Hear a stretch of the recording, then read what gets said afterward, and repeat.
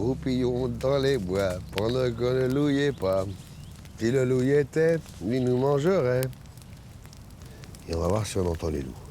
Un ou des hurlements, parce qu'en plus ils peuvent se répondre, se parler, se mettre en discussion. Quand ça commence à hurler, tu sais si c'est Josette qui appelle Raymond, puis il y avait Henri, Gustave, Ursuline, et qui disent « T'inquiète, Josette, on est là !» Et en face, t'as la bande à je ne sais qui, à qui, on va le dire à qui. La bande à Jojo, la bande à Jojo. Et toute sa famille.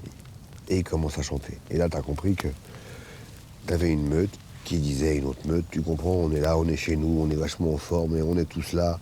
Et puis en même temps, entre les deux territoires, il y a une zone qui appartient à personne. C'est ça la frontière, c'est pas un trait, c'est un lieu.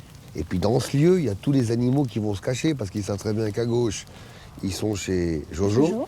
Et à droite, ils sont chez Josette. Et ça va peut-être nous arriver ce soir.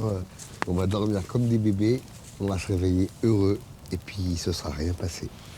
Mais ça, c'est juste normal. Ça ne veut pas dire, comme dit la chanson, que le loup n'est pas là. Donc, tu vois, dans ces chansons, dans les mythes, dans les histoires de la chèvre de Monsieur Seguin, du chaperon rouge, ça a l'air d'être du n'importe quoi. L'autre, il va se déguiser en grand-mère dans le lit. Non, ça veut dire quoi, ça veut dire que si jamais il a décidé que ce qui était ta nourriture sera la sienne, d'accord, eh ben, fais attention. Hein. Il réfléchit et il le fera.